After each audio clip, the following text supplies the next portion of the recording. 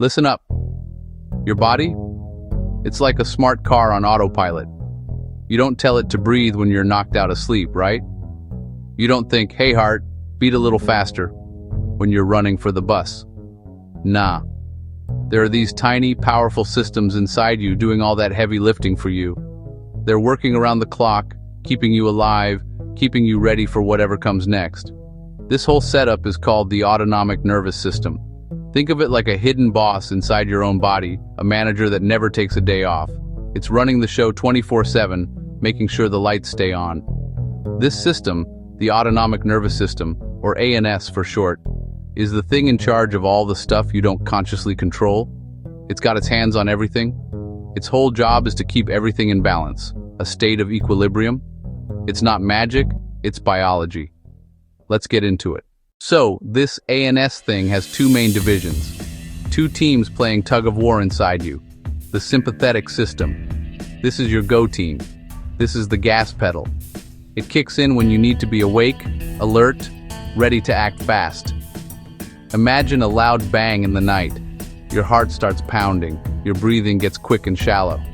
Blood reroutes to the big muscles in your arms and legs. You feel wired, on edge, ready for anything. That's the sympathetic system at work. Fight or flight. Parasympathetic system. This is your rest team. This is the brake pedal. It takes over when you're safe and relaxed.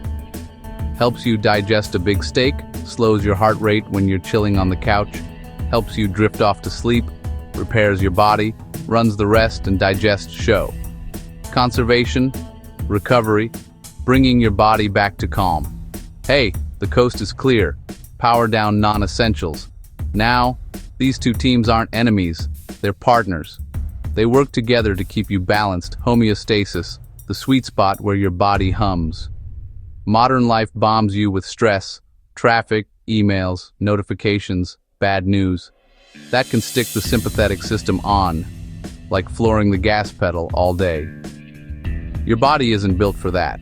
Burnout, anxiety, health problems. The key, help the rest team get a word in. Find that balance again.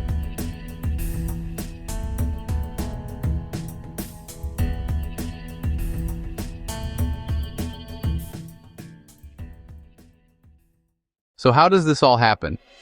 How do these messages get from point A to point B? The ANS uses two main methods to communicate. A super-fast electrical network, through nerves. These are like the fiber optic cables of your body, carrying messages at incredible speeds. Signals shoot out from your brain and your spinal cord and travel directly to your organs, your heart, your lungs, your stomach. It's an instant connection for urgent commands. The nerve system splits into two pathways, one for each team. The sympathetic nerves mostly exit from the middle part of your spine. The parasympathetic nerves tend to come from the very top, from the brainstem, and the very bottom of the spine. This wiring allows a targeted response, not just a general alarm. It can tell your heart to speed up while telling your digestive system to slow down. It's an efficient, complex wiring diagram keeping everything in coordination. The second method is chemicals, hormones and neurotransmitters like letters in your bloodstream.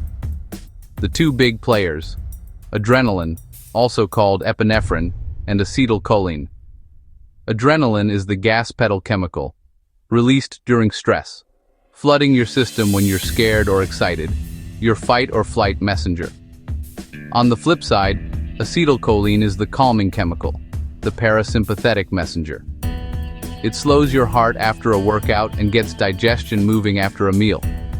These chemicals work with nerve signals so every part gets the memo. It's a dual system approach that provides both speed and endurance for your body's network. So the ANS is running all this automatic stuff, but it's not a rogue agent. It takes its orders from the top. The main boss is your brain. Your brain constantly monitors inside and outside your body and decides which team to send, sympathetic or parasympathetic. Two key areas call the shots, the hypothalamus and the brainstem. These are ancient, survival-focused parts, not concerned with art or philosophy. They run core operations. The hypothalamus is like the command center, tiny region, incredibly powerful. Constantly watching your internal environment, checking body temperature, hunger levels, hydration, and crucially, stress levels. When it senses a threat, it orders sympathetic activation, whether it's a real physical danger or stress from an angry email. It's the watchman on the wall sounding the alarm. The brainstem connects brain to spinal cord, the junction box for life-sustaining messages. It handles baseline heart rate, breathing rhythm, and sends quick, automatic, life-saving signals. Together, hypothalamus and brainstem are the master controllers. This isn't one way. While the brain controls the ANS sends signals back. Stuck in fight or flight, heart racing, breathing shallow, tells your brain, we're in danger, creating a feedback loop of anxiety and stress. But you can interrupt the loop. Consciously change your body's state, slow your breathing, and send the brain a new message. We're safe. Let me tell you a story about my pal, Joey. Joey's a smart guy, great at his job, but he had this one major problem: public speaking. Anytime he had to give a presentation, it was a disaster internally. His heart would hammer. His palms got so sweaty he couldn't grip his notes. His mouth turned desert dry. He told me it felt like his body was preparing for a fistfight, not a PowerPoint presentation. Classic sympathetic overdrive. His brain perceived the presentation as a major threat. Safe conference room or not, his primitive brain screamed danger, and his ANS responded. It flooded his system with adrenaline, jacked up his heart rate and breathing, and shut down non-essentials like saliva. Thinking clearly? Forget it. His voice shook. He'd lose his train of thought and rush through. After one rough presentation, we talked. I explained sympathetic versus parasympathetic. Joey, your body's go system is stuck on full blast. You need to hit the brakes. It was a light bulb moment. He wasn't weak. His internal alarm was too sensitive. New way to see it. Before the next meeting, he found a quiet room 10 minutes early. He focused on breathing, making his exhales longer than his inhales. He did some light stretching to release tension in his neck and shoulders. He slept well the night before instead of spiraling. Next time up, he still felt a little nervous, but the physical symptoms were gone. His heart was steady, his hands were dry. He could think. Simple steps completely changed his body's autopilot. All right, you've heard the science, you've heard the story. Now let's talk about what you can do. You don't need a fancy biofeedback machine or a week-long silent retreat. You can start influencing your nervous system in the next 10 minutes. 3 simple, powerful, completely free things you can try today. These aren't complicated. First, slow breathing, physiological size, cyclic breathing. Breathe in slowly through your nose for a count of 4. Then at the top, take another quick sip of air in. Then exhale slowly through your mouth for a count of 6 or even 8. Make the exhale longer than the inhale. Why does this work? A long, slow exhale sends a direct signal via the vagus nerve that you are safe. It tells the command center to stand down, to hit the brakes. Do this for just 1 or 2 minutes. You will feel a difference. Ready? Let's try one right now. Breathe in, sip, and slowly breathe out. Second, gentle movement. I'm not talking about a grueling CrossFit workout. I'm talking about a simple 10-minute walk or some light stretching. When you're stressed, muscles get tight, hoarding that energy. Movement releases tension, gets your blood flowing, and helps your body process stress hormones like adrenaline and cortisol. A short walk outside is even better. Movement, plus a change of scenery, resets your mental and physical state, helps both teams work together. Third, cool water. This is a bit of a shock to the system, but it works. Splash your face with cold water, or finish your shower with 30 seconds of cold. It triggers the dive reflex, stimulates the vagus nerve, activates the parasympathetic system. It slows your heart rate, conserves oxygen, and breaks the stress loop. It might feel uncomfortable for a moment, but the calm that follows is worth it. Yeah. You want a rough idea of how responsive your ANS is? There's a simple little test you can do right now. The standing test, or orthostatic vitals check. You don't need any fancy equipment, just you and a place to sit. Sit quietly for 2 or 3 minutes. Don't look at your phone. Don't talk. Breathe normally. Let your heart settle. Baseline. Parasympathetic in the driver's seat. Pay attention. Are you antsy, or can you relax? Now stand up, fairly quickly in one smooth motion. Gravity pulls blood to your legs. A healthy sympathetic response constricts vessels and bumps heart rate to push blood back up. This happens in a split second. The key is how you feel in the few seconds after standing. A tiny, fleeting, lightheaded moment is normal.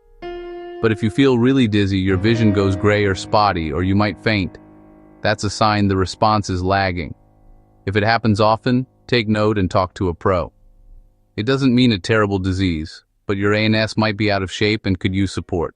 There's a lot out there about stress and relaxation, and some of it is just plain wrong. Let's bust a few myths about the autonomic nervous system. Myth: you can fully control your ANS by willpower. The fact is, it's called the autonomic nervous system for a reason. It works automatically. You can't command your spleen or adrenal glands. What you can do is influence it indirectly through breathing, movement, temperature, signals your ANS understands. Myth: stress is only a mental problem. Fact: chronic stress is a full-body problem. Persistent fight or flight can mean high blood pressure, heart disease, digestive issues, a weakened immune system. Myth: only medication can fix serious ANS issues. If you're fainting or having wild heart rate swings, see a doctor. But for many with overactive sympathetic tone, lifestyle habits are powerful medicine. Good sleep, regular movement, mindful breathing, proper nutrition can dramatically improve autonomic balance and resilience. Finally, myth: fight or flight is always bad, and rest and digest always good. That's too simplistic. You need both. Sympathetic gets you up, powers workouts, focuses on deadlines. The problem is imbalance. The goal is flexibility. Turn it on when you need it, and crucially, turn it off when you don't. So let's bring this all home. Your autonomic nervous system is your body's silent, tireless helper, the autopilot that keeps you alive, running your heart, your lungs, and your digestion. It's made up of two teams: the sympathetic system, your gas pedal, fight or flight, and the parasympathetic system, your brake pedal, rest and digest. In our crazy modern world, it's easy for the gas pedal to stick, anxious, tired, burned out. The key is learning to consciously hit the brakes. Remember the 3 tips. Tip 1, slow down your breathing, longer exhales, your emergency brake. Tip 2, move your body gently. Tip 3, use cool water to reset fast. These aren't just feel-good suggestions, they're commands to your biology. Try one right now. Feel that? That's you taking the wheel. If you found this useful, hit subscribe. In the comments, tell me one habit you use to settle your nerves. Share this with a friend who could use more calm, and check the pinned comment. I shared my favorite tip. Reply with yours. Thanks for tuning in.